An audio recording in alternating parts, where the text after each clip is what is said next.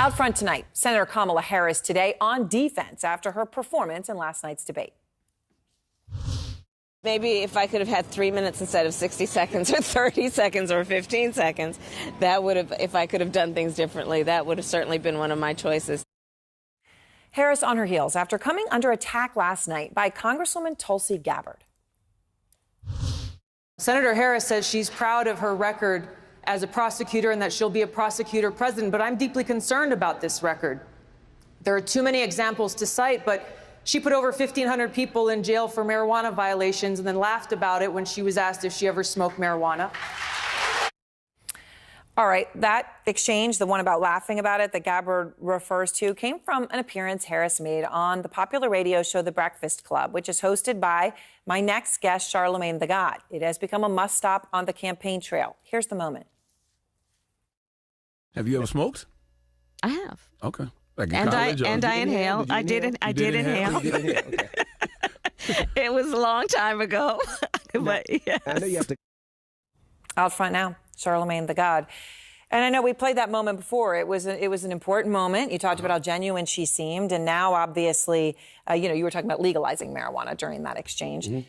Congresswoman Gabbard has come out and put forth, these people that she put behind bars for marijuana. What did you make of that moment in the debate last night? I didn't think it was a genuine moment simply because if you want to attack, Senator Harris for, I guess, contributing to putting people in jail for drugs, then why wouldn't you attack Joe Biden too? If your purpose was to combat somebody for the war on drugs, I mean, the author of the 94 crime bill and the 88 crack laws was sitting right there in front of you. So I just thought it was kind of low-hanging fruit to go after Senator Harris for that. But, everybody should be questioned on their record. So after Harris was attacked by Gabbard, right, the interview, the debate ended, she came on CNN and she did an interview. She then was talking about the moment with Gabbard, and here's what happened, Charlamagne. Did you expect that from Tulsi Gabbard? Had you had interaction about that in the past? And how do you think it went? Well, I mean, listen, this is going to sound immodest, but I'm obviously a top-tier candidate, and so I did expect that I would be on the stage and take hits tonight because there are a lot of people that are trying to make the stage for the next debate. Yeah, for a lot of them, it's do or die. Well, yeah, and especially when people are at 0 or 1% or whatever she might be at. Okay. Does that swagger help or hurt her, Charlamagne? I mean, it's the truth. She is a top-tier candidate. Her, Joe Biden on that stage were the big guns, so everybody was, coming up against them. I mean, and, Gabbard, I can't even pronounce her name. Is it Gabbard? She is at 0%. So you like the swagger. You like the, I don't mean to be immodest. Yeah, it's the truth. Even though she should have had that swagger on the stage last night, because she was terrible on the stage last night. Okay, yeah, all right. Yeah. Is she still your favorite, or? Yeah, she's still my favorite simply because our current president is a criminal, and who better to go up against a criminal than a prosecutor? Donald Trump needs to be prosecuted. So I want to ask you about another candidate that we've talked about, you've had on your show. Cory Booker. Obviously, yes. You know him well from New Jersey, the senator. I asked you before which candidate was the least comfortable talking about race and all the conversations that you've had with him. And you said, without hesitation, Cory Booker. You told me, we want to know exactly what type of agenda you have for African Americans, and you said he wasn't prepared to answer that. Did he change your mind at all last night? Cory Booker won the debate last night, if you ask me. You know what I'm saying? I thought he did great, and because he brought up things that I've been waiting for people to question. I wanted people to question Joe Biden on his tough on crime stance. I wanted somebody to talk about the Russian interference that we all know exists, that Robert Mueller talked about in his Mueller report, that the Senate Intel Committee has talked about, that I'm scared of because I'm a private citizen that has to vote next year. So let me play that moment, because that was a moment when Cory Booker connected those things together, race and Russia. Here he is.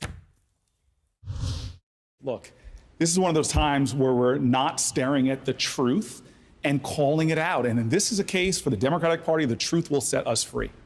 We lost the state of Michigan because everybody from Republicans to Russians were targeting the suppression of African-American voters. We need to say that. What was it about that moment? I love that simply because last week I watched, Robert Mueller say that there was Russian interference. I watched the Senate Intel Committee say that there was Russian interference. I watched Mitch McConnell block an election security bill after getting that information. If that doesn't tell us that this current administration is in cahoots with Russia, what will? So me as a private citizen that has to vote in 2020, I just want to make sure that it's going to be a fair and balanced election. And he linked it to suppressing the African-American vote. He was direct about it. It's two nights of debates with the Democrats, and none of them are bringing that up. Shouldn't that be a pressing issue for us Americans? Like, how you going to run out and tell us to vote in 2020? We don't even know if it's going to be a fair election. So coming into this debate, you were critical of Joe Biden. Mm-hmm. You have been very direct about that with the crime bill, criminal justice reform, and its impact on Black Americans. So I wanted to just make sure, I don't know if you saw this poll, Charlamagne, but a recent Quinnipiac poll had 26%, when you look at this, 53% of Black voters who have decided who they're going to vote for say mm-hmm. Joe Biden. 53%. Sanders is the next closest at 8%. Mm-hmm. Then Kamala Harris at 7%. Then Elizabeth Warren at 4%. Then 2% for Cory Booker. Why is this? Because broism is real, like I've said before, and I just think people aren't really educated to Joe Biden's record. And once again, people can change, they can unlearn, but I want everybody to keep in mind that last night on that stage, he called Cory Booker the president, and then he said, I'm sorry, future president. You know why? Because clearly he thinks all Black politicians look alike.